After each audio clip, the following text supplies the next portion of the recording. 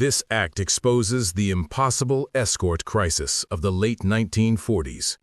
We set the stage with the sheer scale of the B-36 Peacemaker, a bomber so massive it had a 230-foot wingspan. The problem was forbidden by the laws of physics. No fighter jet in the world had the fuel capacity to fly alongside it for a 10,000-mile round trip. We dive into the illegal blueprint of the XF-85 Goblin, the military's secret parasite solution. Unlike any other plane, the Goblin was designed from the inside out to fit into a bomb bay like a Russian nesting doll.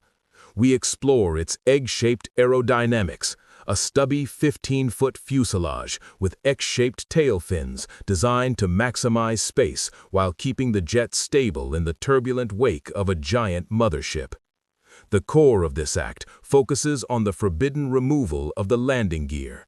To save every ounce of weight and inch of space, engineers committed the ultimate aviation sin. They built a fighter that could not land on Earth. We detail the trapeze mechanism, a heavy steel hook protruding from the Goblin's nose, designed to snag a retractable bar dangling from the bomber's belly. We analyze the underground testing at McDonald's secret hangars, where pilots had to learn how to fly a jet that had the glide ratio of a brick. The act concludes with the psychological profile of the Suicide Squad, the select group of test pilots who were told their only way home was to fly their tiny jet back into a dark, cramped hole in the bottom of a moving plane at 30,000 feet. This act plunges into the atmospheric chaos of the 1948 flight trials at Muroc Dry Lake. We open with the drop sequence, a terrifying procedure where the XF-85 Goblin was lowered out of a modified B-29 bomb bay into the freezing high-velocity slipstream. We explore the illegal physics of the wake. As the tiny jet detached, it didn't just fly away, it was sucked upward by the massive low-pressure zone created by the bomber's belly. We detail the scandal of the first flight, where test pilot Edwin Schock realized within seconds that the stable mothership was actually a violent hurricane of air that made the 15-foot Goblin toss like a leaf in a storm. The heart of this act is the mid-air docking disaster. We break down the mechanical dance of death required to hook back onto the trapeze. The pilot had to align a small hand-operated hook on the nose of the Goblin with a moving steel bar dangling from the bomber, all while flying at 200 miles per hour with only inches of clearance. We describe the harrowing accounts of the shattered canopy scandal. During one attempt, the turbulence slammed the Goblin into the trapeze bar with such force that it smashed the cockpit glass, ripping Schock's helmet and oxygen mask from his head. We analyzed the forbidden footage of the jet wobbling uncontrollably as the pilot, blinded and gasping for air, had to make a split-second decision to abort. The final segment covers the suicide skid. Because the Goblin had no wheels, every failed docking attempt ended in a forbidden landing. We describe the high-stakes drama of Schock's emergency descent onto the desert floor. To survive, he had to belly land the aircraft on a reinforced steel skid at nearly 160 miles per hour, praying the tiny jet wouldn't flip or explode on impact.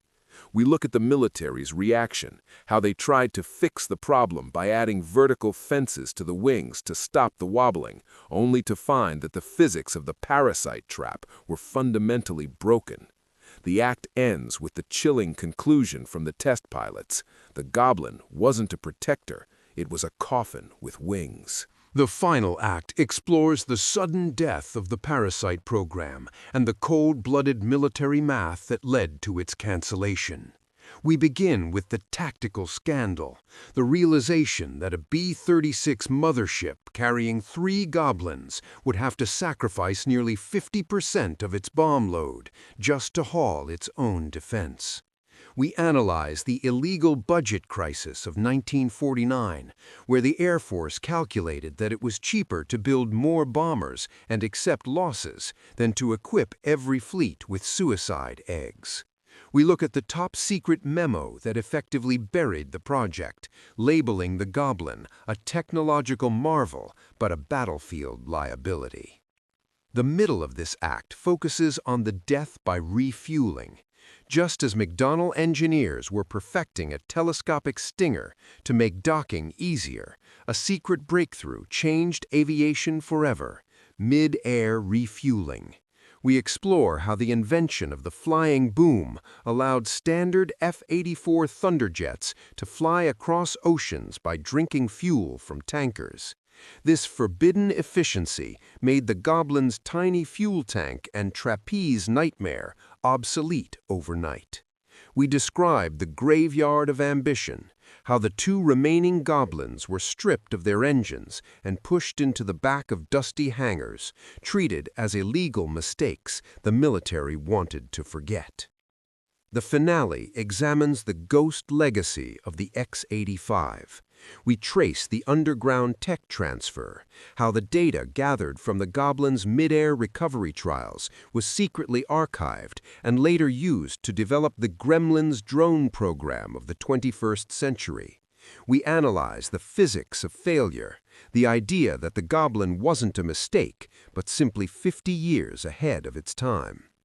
We conclude with a look at the surviving aircraft in the National Museum of the U.S. Air Force, standing as a symmetry breaker, a monument to the era when the U.S. was willing to risk everything, including its pilots' lives, on a plane without wheels.